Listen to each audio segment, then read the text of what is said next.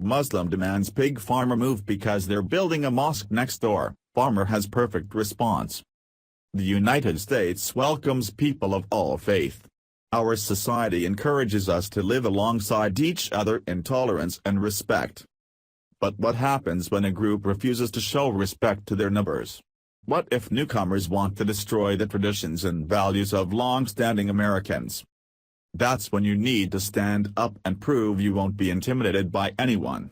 Just ask these farmers.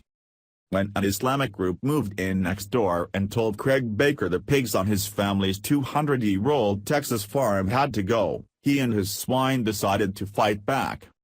In protest of being asked to move, Davis began staging elaborate pig races on Friday afternoons. One of the Islamic world's most holy days. Craig's neighbors, the Katy Islamic Association, who have plans to build a mosque and community compound on the 11 acres they purchased alongside his farm.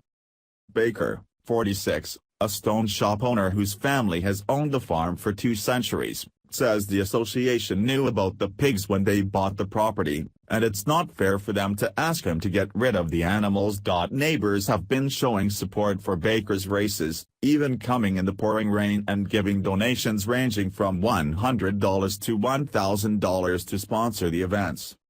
Last Friday, more than 100 attended the pig races, and many say they don't want the mosque either. Some fear it will appear out of place and hurt their property values. This story is from a few years ago. I wonder how radical leftists would react to such an event today. Most likely they'd freak out and protest this farm. They'd fight for the rights of the Muslim group while ignoring the rights of the 200-year-old, family-owned farm.